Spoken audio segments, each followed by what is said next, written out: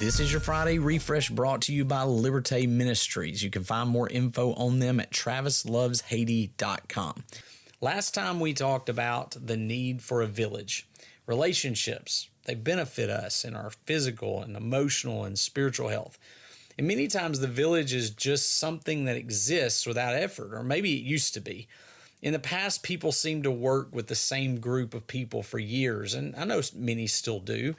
You had that work family. I remember my dad worked for Occidental Chemical for years, and I even got to go with him to work on occasion. I remember back then thinking about how these guys that he worked with were family to each other.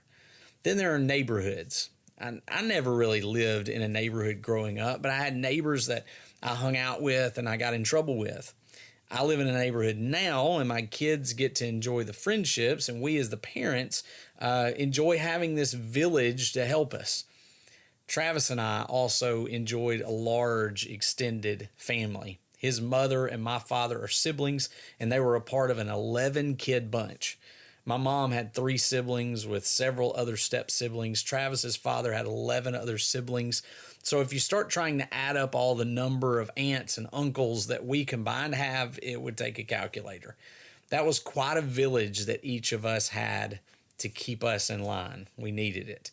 The other constant village has been the church. Travis and I grew up in the same one, and those individuals at Jacksonburg Church of Christ in Lauderdale County, Alabama, were certainly a village that helped keep us on the straight and narrow. Of course, schools also become that village with teachers and administrators that have a hand in our kids' lives. All these are important and they're vital to the growth and health of our kids and to us as adults. I cannot imagine growing up in this age of uncertainty where you may be suddenly isolated from those villages. I didn't see my parents for over a month during this past Christmas time due to several COVID scares and finally a COVID diagnosis. We didn't exchange Christmas until February. So today, I want to encourage you to reach out to those who may be isolated. It will help you and them. What older person have you not seen? Have you not talked to in a few months or even a few years at this point? Who could you send a text to? Maybe you could post something on their Facebook page. Is there someone you know that would benefit from a FaceTime or a Skype? Maybe you are one of the people who needs that connection. You can reach out to. Don't wait for others to call you. Maybe they need it as much as you need them. I'm thankful that we have the capability to connect online.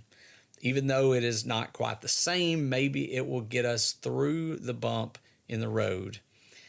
I think most of us have learned that we truly miss the way it used to be, and I'm praying that it will be that way again. But whatever the case, the village needs you.